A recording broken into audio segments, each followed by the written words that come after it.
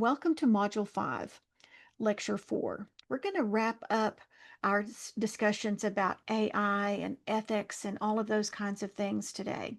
And we're going to talk about how this affects you, what you should know about all of these new technologies before you go out into the world. So I wanted to make sure that I had some pretty updated information. So I read some different papers, some things that were considered academic papers, and I also reached out to some areas where that they publish things that right straight from the industry, not the academics, not from a college or a university professor, but from the actual people in the field.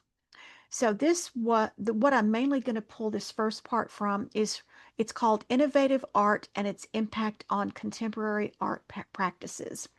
And a person named Jack Gunning wrote this just less than a year ago.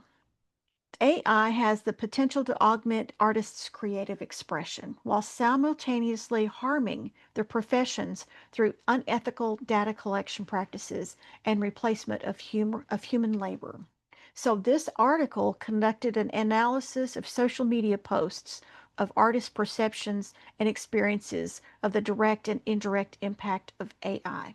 Now, you've got to remember, whenever they are doing an analysis of something as free and freewheeling as social media, that these are self-reported perceptions and experiences. This is not documented things about showing unemployment charts and everything. It's just people talking about their own personal experiences. So you need to take it with a grain of salt because they usually people try to build themselves up, but in this case, they could be over exaggerating some. But let's just go ahead and look at it.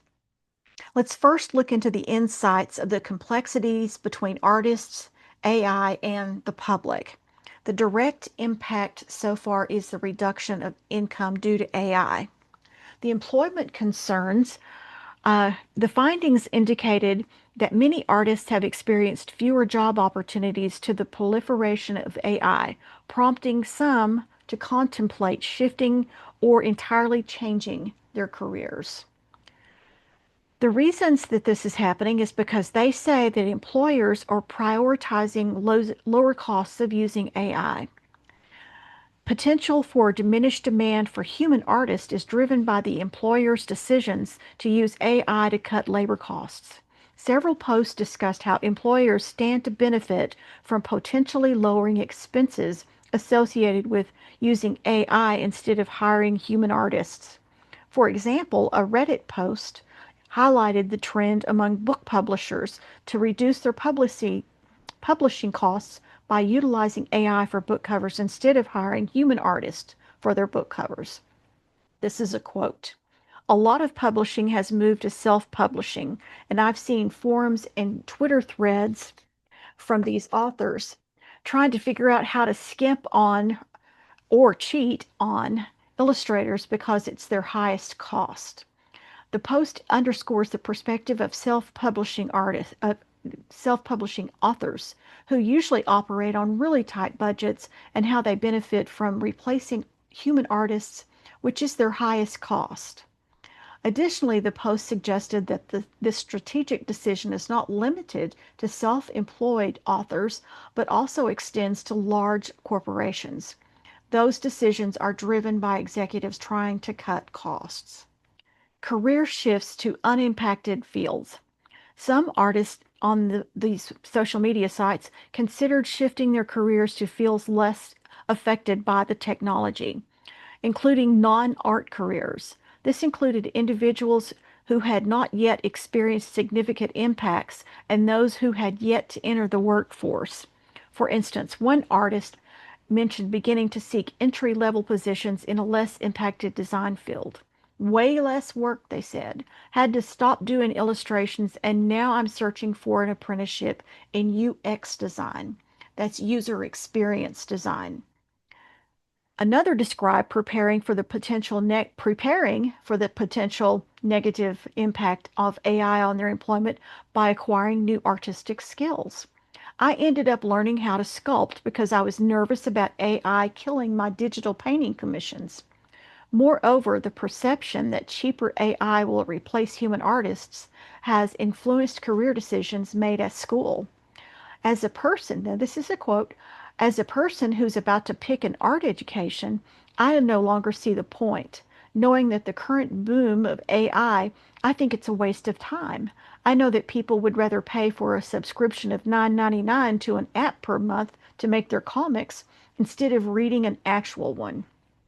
The perception that financially advantageous AI will supplant human beings seems to now affect artists' career decisions, prompting them to abandon their professional fields or their aspiration for certain career paths.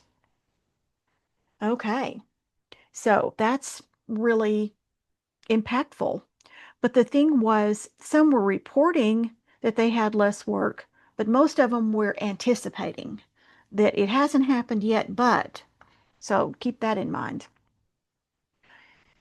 So the next one is unethical outsourcing of works. This is still from that article that I'm telling you about. Our findings regarding artists' perceptions of AI suggest that artists view AI generated pieces as unoriginal copies that are unacceptable both morally and legally. The immorality and unoriginality of AI. Users who objected to AI generated pieces contrasted AI with the moral responsibilities of artists, viewing the process which AI creates pieces as unethical. For instance, one illustrator expressed that AI lacks creativity and that AI generated pieces are not acceptable.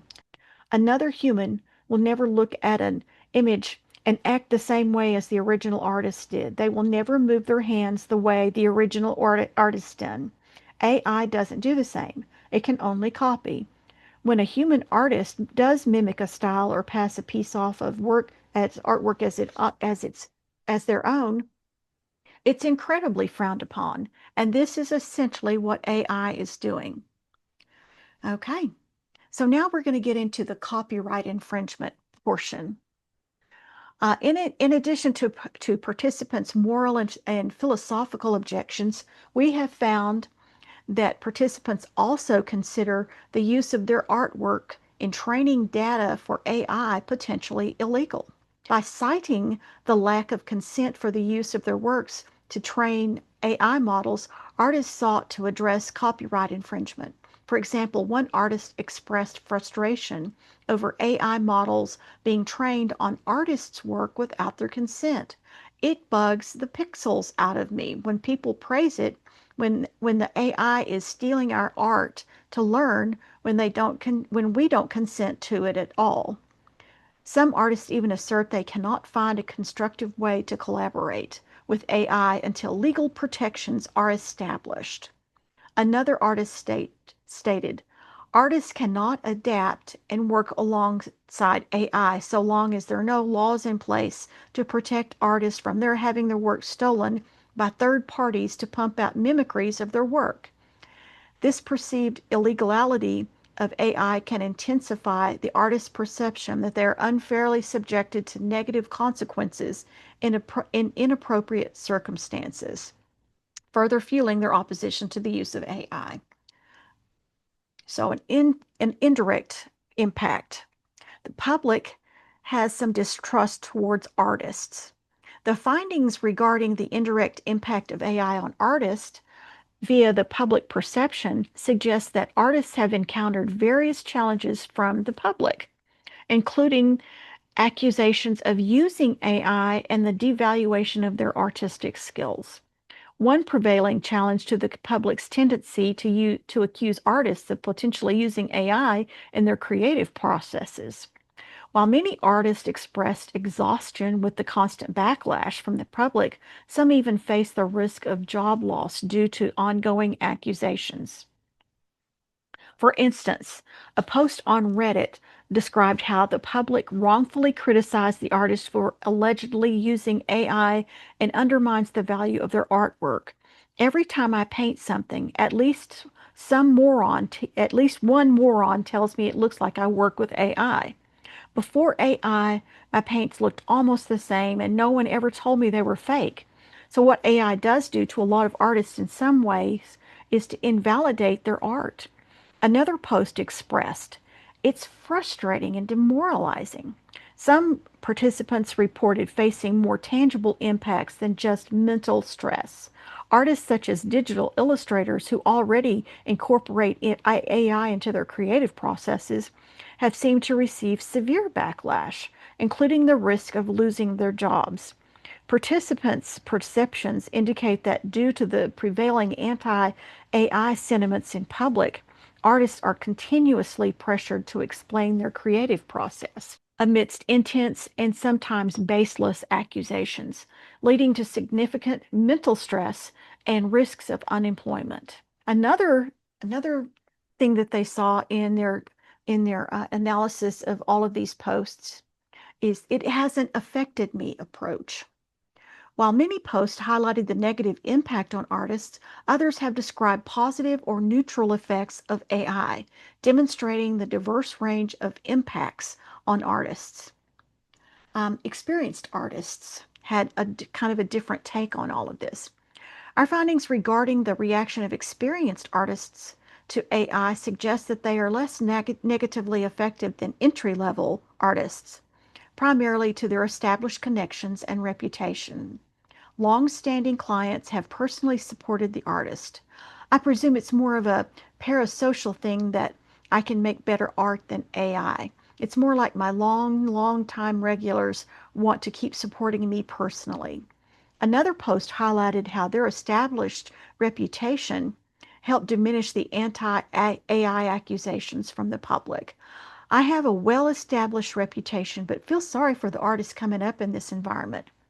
Experienced artists seem to navigate the negative impacts of AI with more resilience, benefiting from their established client relations that shield them from some negative repercussions.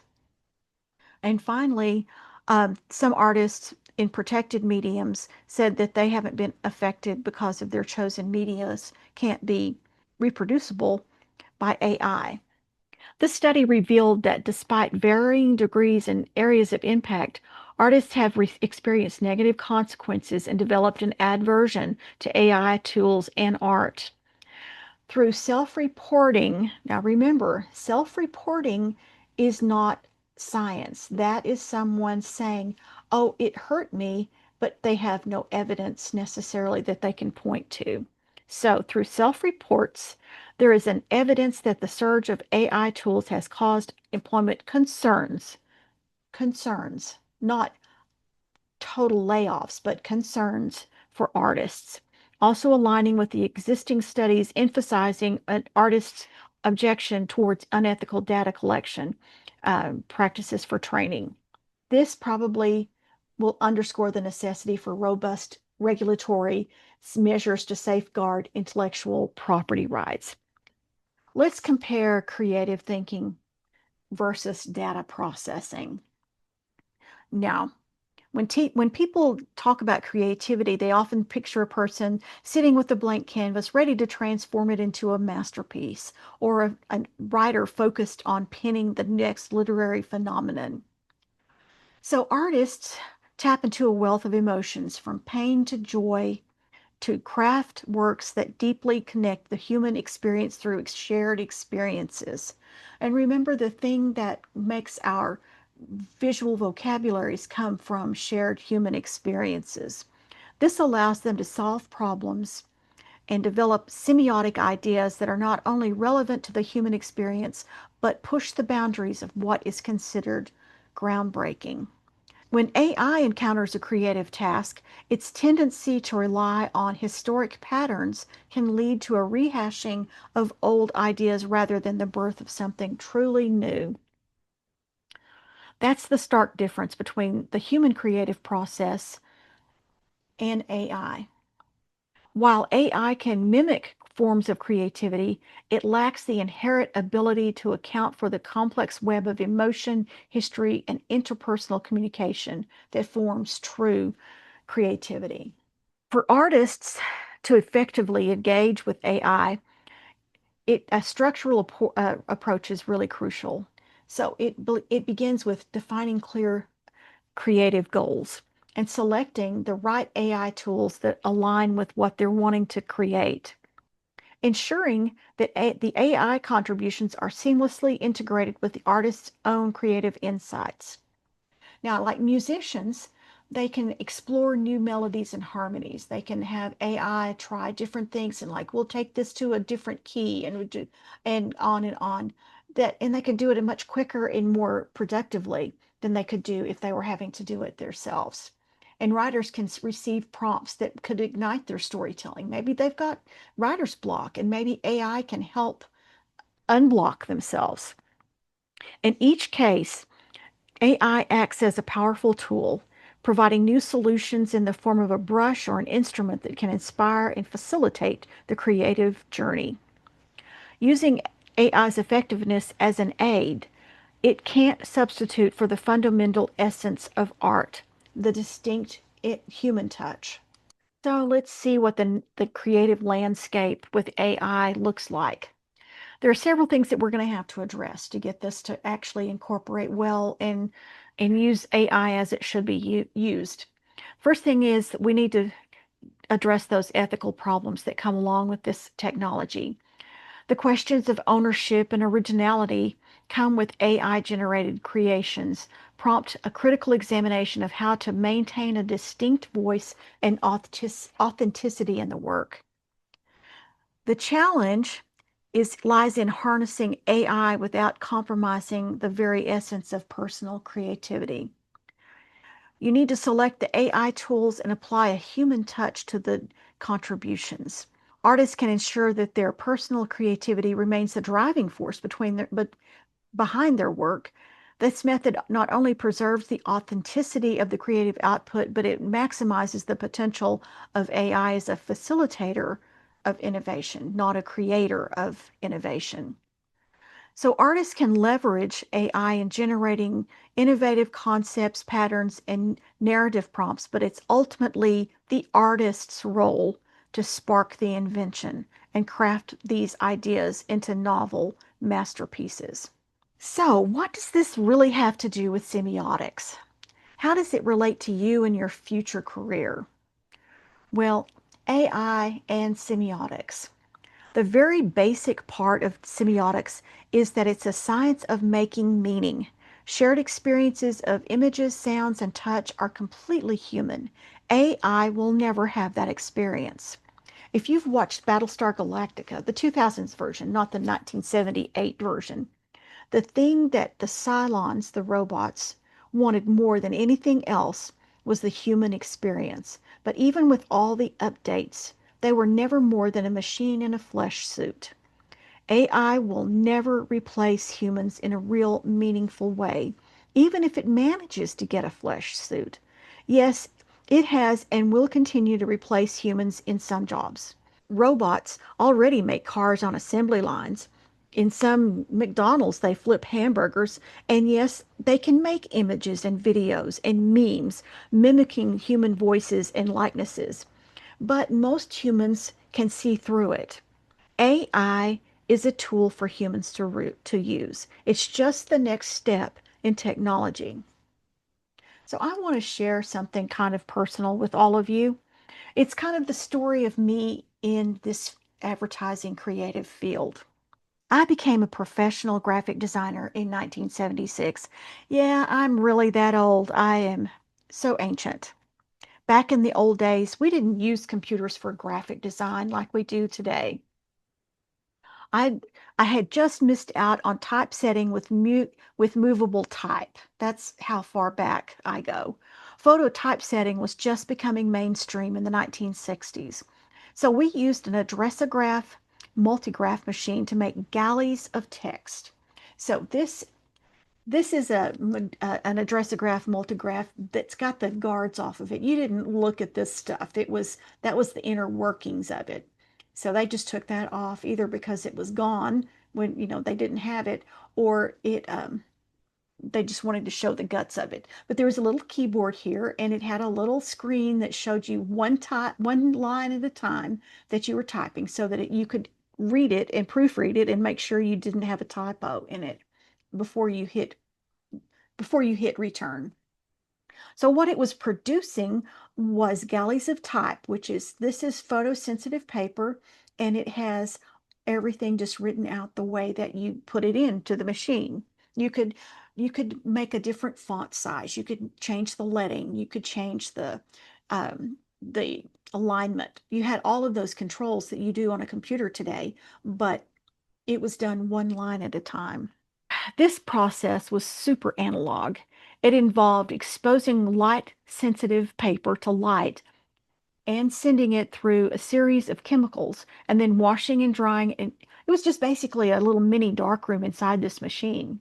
After it came out as a nice, clean, dry piece of paper, we would coat the back of the paper with a sticky wax and trim the paper down to just right around the columns and paste it on a layout board. Let's see, I think I have a picture. Yep, here, this could have been me. This looks kind of like me back in those days. Um, we drew our own lines with Rapidograph pens. We cut out things with X-Acto blades, and we used Rubylith to make squares for the photographs. Sorry, I don't mean to get into such minute details. Long story short, I worked in this environment through the late 1970s until 1984 when the Macintosh Lisa descended upon us. I actually continued with the old ways until around the end of the 1980s, but the handwriting was on the wall. I knew that I had to embrace technology or I had to change careers. So I decided to change careers. I was lucky enough to be hired by a client for whom I had designed for. They've manufactured industrial machines, conveyors, mixers, etc. I was going to be a purchasing agent for them. I absolutely loved it. I have always had a kind of a bend for mechanical things. I was learning so much about different kinds of metals, the components that went on the different machines, and all of the motors that ran everything. But every time we needed an advertisement to go in a publication or a brochure or business cards or you name it, I was always the one who did it the old way. The next thing I know, I was drawing engineering plans and taking auto classes. Plus, I was planning exhibits for our national conventions. And yes, I was working on computers, learning the very thing I had earlier shunned. The next thing I knew, I was back at Texas Tech. I was working in marketing, illustrating Carol of Lights campaigns, working on so many fun projects. I just sort of slipped into the computer world so easily. I kicked myself for not having made the change earlier, but honestly, it was exactly on time. I love all of the fun projects that I did when I was working for housing. I got to do some of the most fun things ever. And I started going to class and getting higher and higher degrees. And I was good at going to school, and I was good at making things for the housing group. I was really I enjoyed my time in the marketing so well. I loved using computers and I loved drawing in the computer software and designing in computer software. The very thing I swore that I would not do is now my favorite thing. I would never go back to the analog ways. If someone tells you that was the good old days, they're lying to you. What has that got to do with AI today, and most especially you? I've seen this industry go from early days of photo typesetting and lithography. I remember the anti-computerization graphic artists. Heck, I was one of them. The naysayers who thought computers were the end of creativity. All of this is very similar to the things that creatives are currently saying about AI. The fear is the same. They were unable to embrace change. The buggy whip manufacturers were also afraid of cars and unable to embrace change. Just know AI is a tool. Use it to be relevant and more creative, or just be used by it.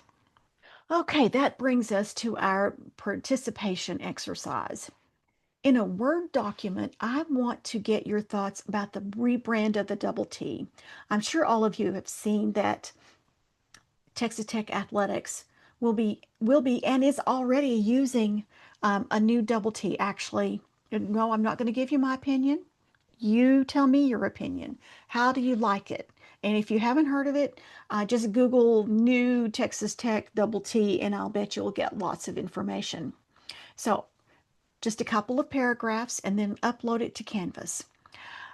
So if you have any questions, please text me or email me, and we can absolutely talk anytime you want to. So next up, we're going to be doing the test, of course, for this module, and we're going to also spend some time getting the presentations ready.